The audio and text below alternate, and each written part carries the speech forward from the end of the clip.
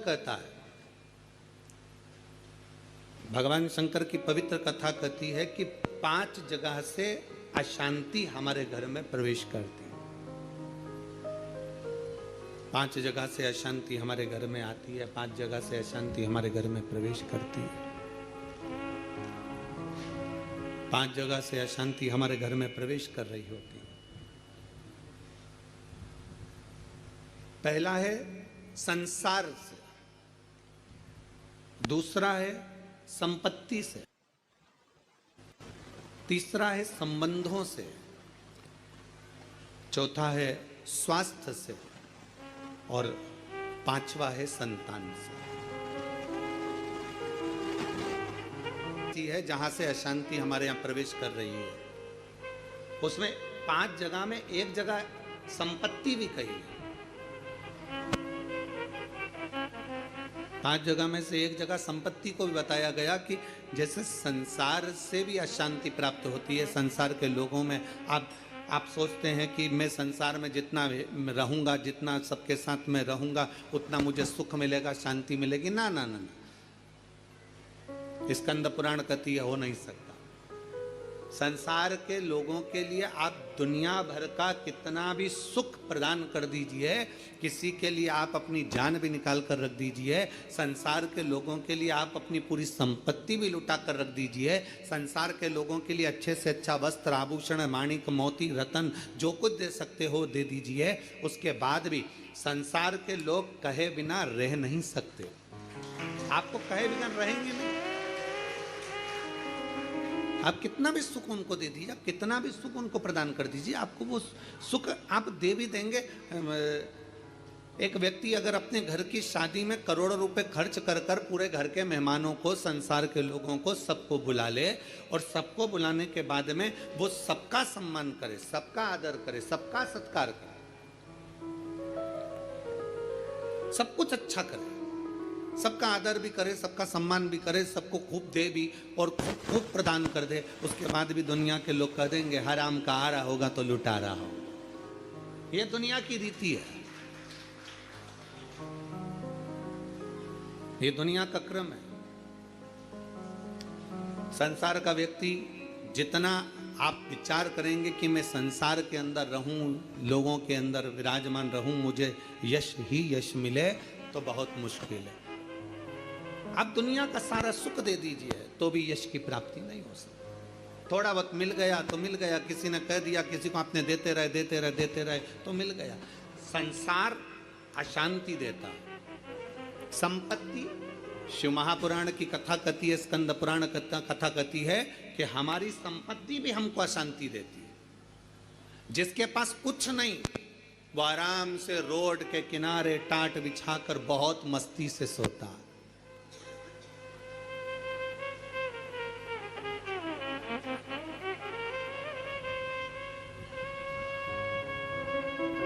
और जिसके पास में बहुत कुछ है, सारी संपदा भरी पड़ी हुई है, सारी दौलत भरी पड़ी हुई है, सुंदर बंगला है, डनलप का गद्दा है, एसी भी लगा है, पलंग भी लगा है, नौकर चाकर सब कुछ लगे हैं, सब कुछ, तो भी उसको नींद नहीं आती है। कितना सुंदर कहा गया शिव महापुराण के अंतर्गत, कितनी सुंदर बात कही गई कि शिव महापुराण की कथा, कई लोग कहते हैं गुरुजी आपकी कथा होती है तो वहां 1 किलोमीटर दूर तो गाड़ी रोक दी जाती है। शिव महापुराण की कथा होती है तो पैदल चलकर बहुत दूर तक जाना पड़ता है, बहुत दूर तक। पर कोई किसी चिकित्सक से पूछे, कोई डॉक्टर से पूछे, कोई आयुर्वेद वाले से पूछे, कोई होम्योपैथिक वाले से पूछे, कोई योग गुरु से पूछे कि शास्त्र क्या कहता है, हमें स्वस्थ रहने का तरीका क्या बताता है, तो कहा सबसे सुंदर तरीका है स्वस्थ रहने का कि जितना पैदल चल सकते हो उतना जिंदगी में सुख प्राप्त कर सकते। अब भगवान भोलेनाथ जी की कथा सुनने के लिए आप लोग आते हैं, शंकर जी की कथा में आप लोग पहुंचते हैं, शिव पुराण में पहुंचते हैं, तो बाबा भोलेनाथ पहले ही तुम्हारे स्वस्थ रहने की व्यवस्था कर देता है। भोले बाबा करता क्या है कि 1 किलोमीटर दूर तो गाड़ी रुकवा देता है, तुम कितने बड़े भी सेठ हो, 1 किलोमीटर दूर गाड़ी रुकवा दी और बड़े प्रेम से पैदल पैदल आराम से चलते चलते चलते चलते कथा में पहुंच गए, आसन लगाया, बैठ गए, बैठने के बाद वापिस जाने की तैयारी हो जाती है। शिव महापुराण की कथा कहती है संपत्ति सुख नहीं देती, संपत्ति अशांति दे देती। संपत्ति शांति नहीं दे सकती, वैभव दे देगी। आप डनलप के गद्दे पर सो जाओगे, आप खूब जेवर पहन लोगे, आप अच्छे वस्त्र पहन लोगे, आभूषण धारण कर लोगे, सारा सुख तुम्हारे पास में आ जाएगा, पर शांति नहीं आ सकती। इसलिए बारंबार कहा गया, मिलता है सच्चा सुख केवल भगवान तुम्हारे चरणों। बाकी के दुनिया का सुख कहीं नहीं प्राप्त हो सकता। दुनिया का सर्वाधिक सुख भगवान के चरणों में। आप कुबेरेश्वर बाबा की धरा पर आए हैं, कुबेरेश्वर बाबा की धरा पर कभी पहुंचे या आए तो कुबेरेश्वर बाबा की धरा पर पहुंचकर तुम कहीं पर भी एकांत में बैठ जाओ, जितनी देर बैठे रहोगे आपको ऐसा महसूस होगा कि मेरा शंकर तुम्हारे आसपास में से घूम कर निकल कर गया है। शिव तत्व की प्राप्ति कहीं नहीं। और सारे तीर्थ धाम आपके चरणों में, हे गुरुदेव प्रणाम आपके चरणों में।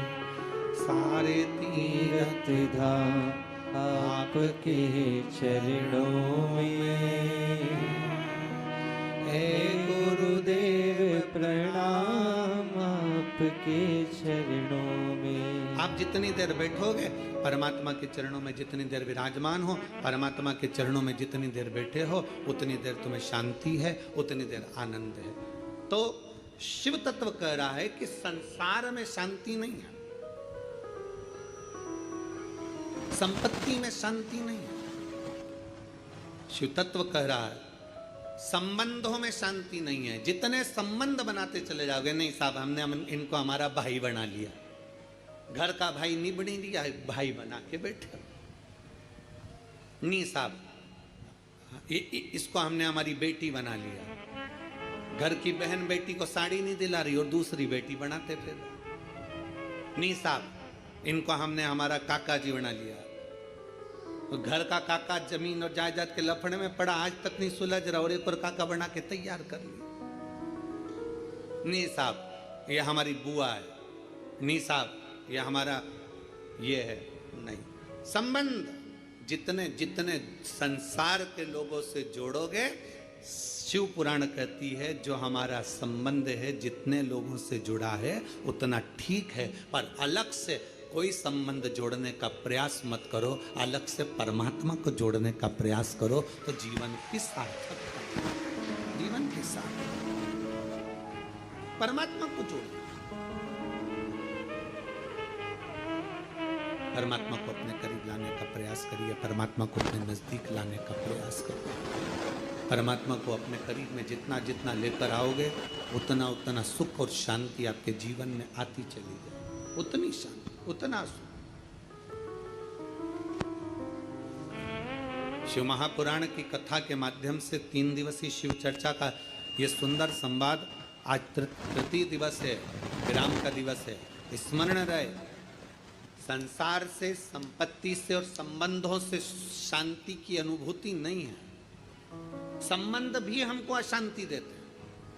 किसी ने कुछ कह दिया, मन अशांत हो गया, किसी ने कुछ बोल दिया, मन अशांत हो गया, कहीं किसी ने कुछ कहा, अपन घर से निकल कर चले गए, मन अशांत हो गया। अच्छा, जरा सा विवाद हुआ और लोग घर छोड़कर चले जाते हैं। हमको ये समझ में नहीं आता कि घर में तुम रहकर भी शांति का अनुभव नहीं कर पाए तो क्या क्षिप्रा जी के तट पर जाकर, गंगा जी के तट पर जाकर, नर्मदा जी के तट पर जाकर, किसी तीर्थ में जाकर, सबको छोड़कर, अकेले घर से निकलकर, घर के बाहर जाकर क्या तुम्हें शांति मिल जाएगी?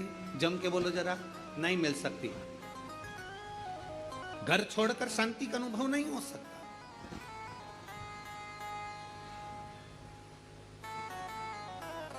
संसार ने अशांति दी, संपत्ति ने अशांति दी, संबंधों ने अशांति दी, फिर अगली अशांति दी स्वास्थ्य ने।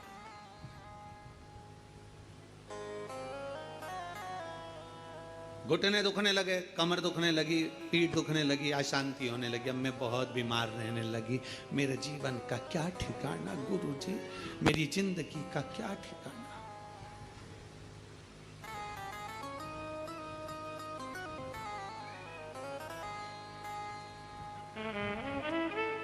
कभी अगर मौका लगे ना, एक बार भविष्य पुराण का अध्ययन करिएगा। गीता प्रेस गोरखपुर की भविष्य पुराण लीजिए और उसका अध्ययन करिए। भविष्य पुराण का जब अध्ययन करेंगे तो उस अध्ययन में आपको निकलेगा कि परमात्मा ने जब हमको जन्म दिया तो जन्म के समय पर हमारी खोपड़िया में एक मैग्नेट लगा दी, एक चुंबक लगाई।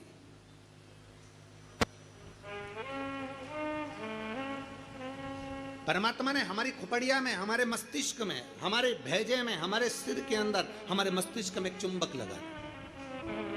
कभी अगर भविष्य पुराण पढ़ें तो उसमें अध्ययन करिएगा, हमारे मस्तिष्क में एक चुंबक परमात्मा ने जन्म के समय पर, पैदा होने से पहले, हमें बनाने से पहले, माता के गर्भ में जब हम पड़े हुए थे, हमारा मस्तिष्क बन रहा था, इसलिए जब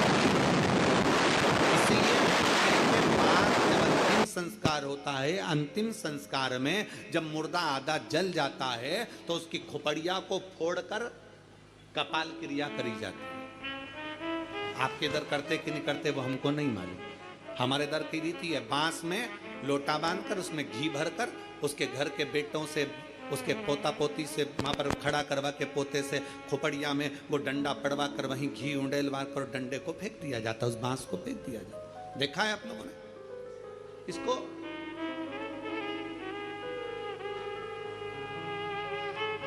भगवान जब हमें जन्म दिया, परमात्मा ने जब हमको पैदा करा, उस समय पर माथे में, मस्तिष्क में, भेजे में एक चुंबक लगा। क्या करती है वो चुंबक? चुंबक का कार्य क्या है? चुंबक का कार्य है, अगर आपने पैसा पैसा पैसा पैसा सोचा विचारा, दिन रात पैसे पैसे में लिप्त रहे, तो व्यक्ति वो मस्तिष्क में जो चुंबक लगी है वो पैसे को अपनी ओर खींचती है। मतलब मनुष्य पैसे को आसक्ति के रूप में अपनाना प्रारंभ कर दे। अब चुंबक का दूसरा कार्य क्या है?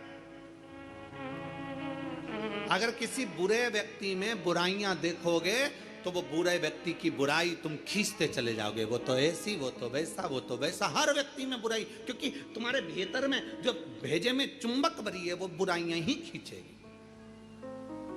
और अगर तुमने किसी व्यक्ति में अच्छाई देखना प्रारंभ कर दी तो तुम्हारे मस्तिष्क में जो चुंबक लगी है वो दिन रात हर व्यक्ति में अच्छाई को ढूंढना प्रारंभ कर देगी, अच्छाई खींचना प्रारंभ।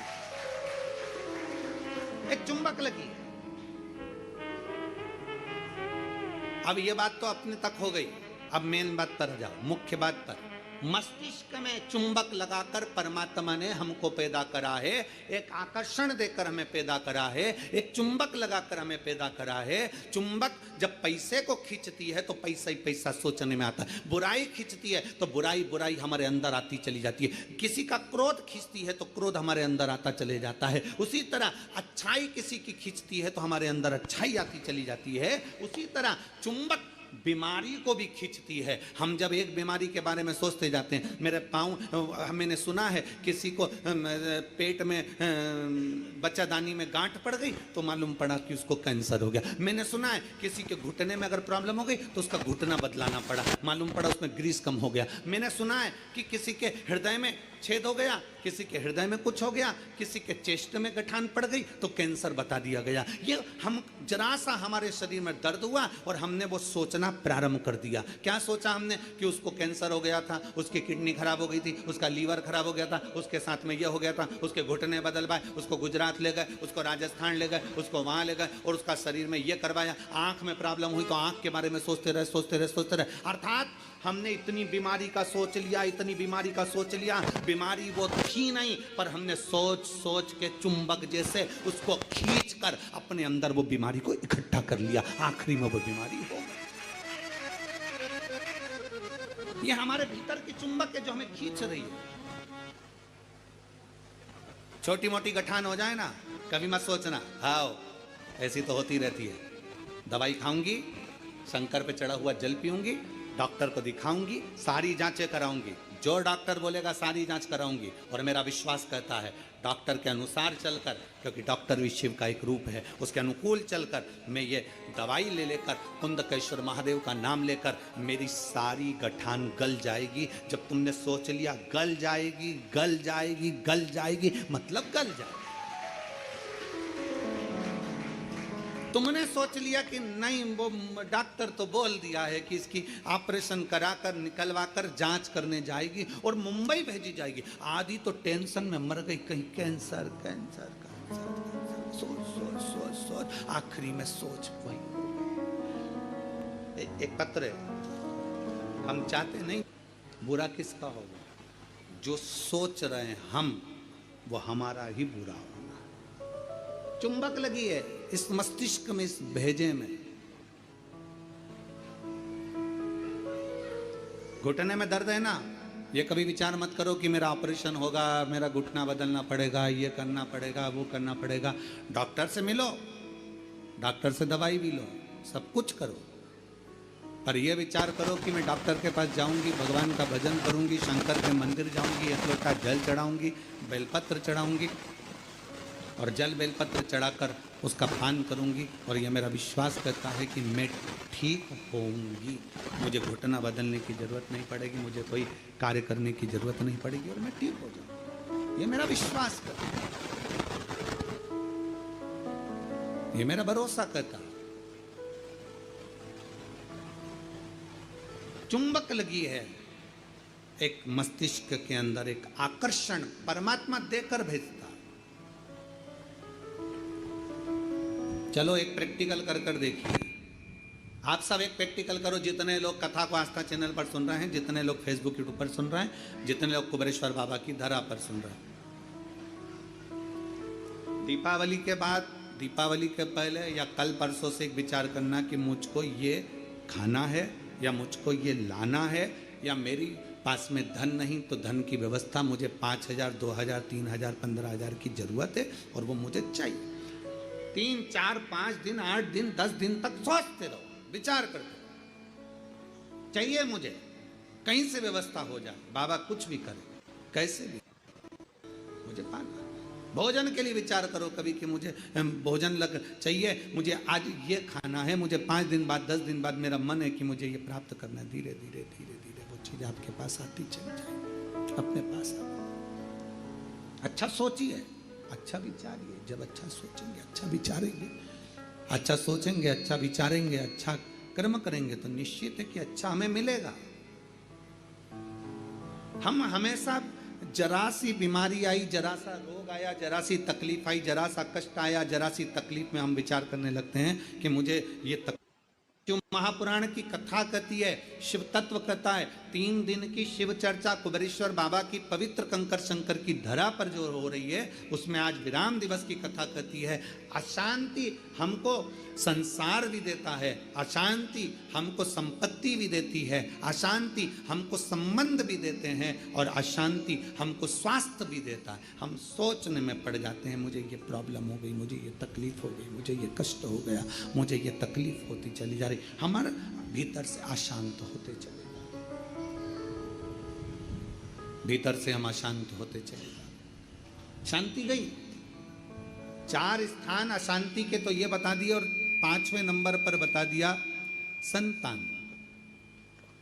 5वें नंबर पर कहा कि संतान भी अशांति दे जाती है। संतान, इसलिए शिव महापुराण की कथा कहती है, पुत्र के लिए किया गया कर्म है और बेटी के लिए किया गया धर्म है। धर्म है, पुत्र के लिए करना ये तुम्हारा कर्म है। मेरे को दुकान लगाना है, बच्चों को सेटल करना है, बच्चों को ये करना है, बच्चों को वो करना है, मेरे बेटे के लिए ये व्यवस्था करना है, मेरे बेटे की शादी करना है, मेरे बच्चे के लिए ये करना है। पुत्र के लिए करा गया ये कर्म है। बेटे के लिए तुम लाखों की संपत्ति छोड़कर जाना, वो धर्म नहीं कहलाएगा। बेटे के लिए तुम दुनिया भर की दौलत छोड़कर जाना, वो धर्म नहीं कहलाएगा। पर बेटे के लिए अगर कुछ कर रहे हो, उसको अगर लैपटॉप दिला रहे हो, ये कर्म है। उसको मोबाइल दिला रहे हो, ये तुम्हारा कर्म है। तुम अगर बेटे के लिए जमीन कर रहे हो, ये तुम्हारा कर्म है। अगर बेटे को तुमने दुकान खोली, ये तुम्हारा कर्म है, क्योंकि तुम पिता हो, बेटे के लिए करना पड़ेगा। माँ अगर बेटे के लिए रकम बनवा रही है, ये कर्म है। बहू के लिए कुछ कर रहे हो, ये तुम्हारा कर्म है। बेटे के लिए जितना करा वो कर्म है। गाड़ी लाए, कर्म है, क्योंकि बेटे के लिए लाना पड़ेगी, बहुओं के लिए लाना पड़ेगी, मकान बनाना पड़ेगा, जमीन करना पड़ेगी, जायदाद करना पड़ेगी। ये सब कर्म की गिनती में आ गया, ये सब कर्म। दुकान बनाओ बेटे के लिए, जरूरी है। जमीन करो बेटे के लिए जरूरी है, मकान बनाओ बेटों के लिए जरूरी है, बहू लाओ बेटों के लिए जरूरी है, गाड़ी बंगला करो बेटों के लिए जरूरी है। तुम्हारा कर्म है, करना ही पड़ेगा।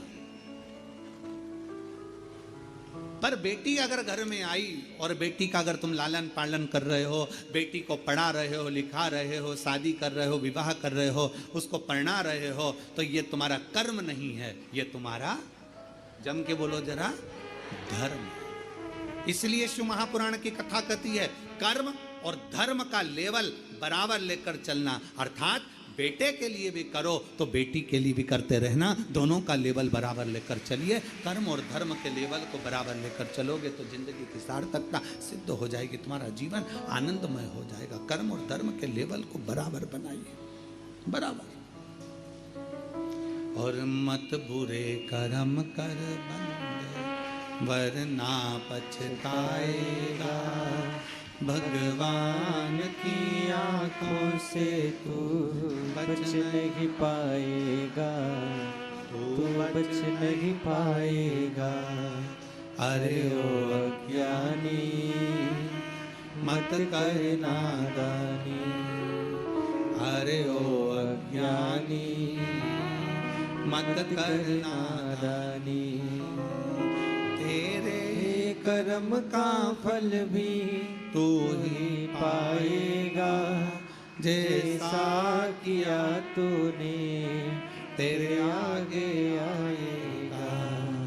मत बुरे कर्म कर बंदे, मत बुरे कर्म कर बंदे, वरना पछताएगा, भगवान की आंखों से तू बच नहीं पाएगा, तू बच नहीं पाएगा। अपने कर्म का लेवल और अपने धर्म का लेवल दोनों को बराबर कर कर चलिए, कर्म को और धर्म को बराबर बना कर चलिए। कर्म और धर्म दोनों बराबर।